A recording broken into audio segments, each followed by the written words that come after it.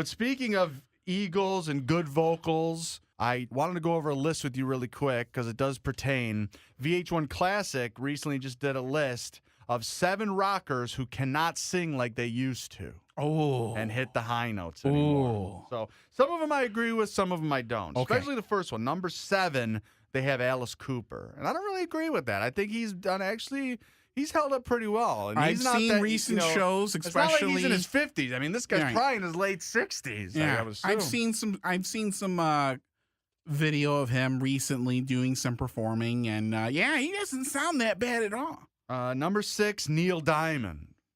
Which, to me, I don't know if he ever sounded good. Next. Same with this guy. Number 5, Meat Loaf. There was that whole thing about him that, he had a lot of vocal problems and kind of had to get out of the business for a while because of his vocal problems, whatever. Next. I got all my papers all screwed up here. Now what the hell number am I in? Hold on a second.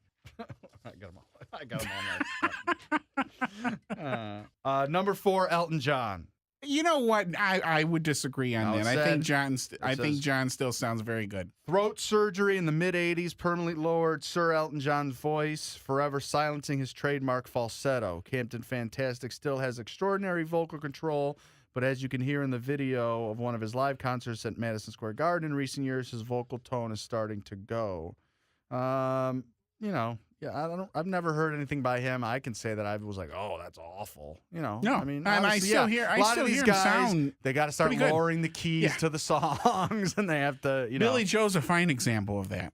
Oh, big time lowering. Very, the keys. very fine example. Of that. I remember that too. Like before, the late great Ronnie James Dio passed away. I saw the band was called Heaven and Hell. Like, they weren't using the name Black Sabbath at the time. It had all the guys, Tony Iommi, Geezer Butler from Black Sabbath. Saw them live, and man, the songs were tuned down so low that I could barely recognize the songs anymore. I mean, it was nuts, but I guess they have to do it. No, it happens. McCartney is a prime example. Paul McCartney does that with a lot of his songs. He still needs to on certain ones that he does try to hit it as he used to.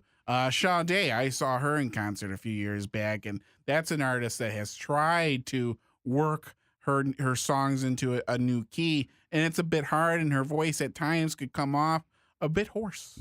But, needless to say, the whole show didn't sound that bad. Number 3, Bob Dylan.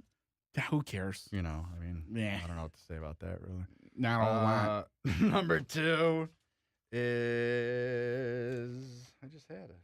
What did I do with my number 2? Number 2, Roger Waters. I don't think he had much of a voice to start with. What's interesting, it says Roger Waters relied heavily on a backing track during his performance of Have a Cigar in 2009. You can hear Waters pushing to get the notes out, but they just don't come.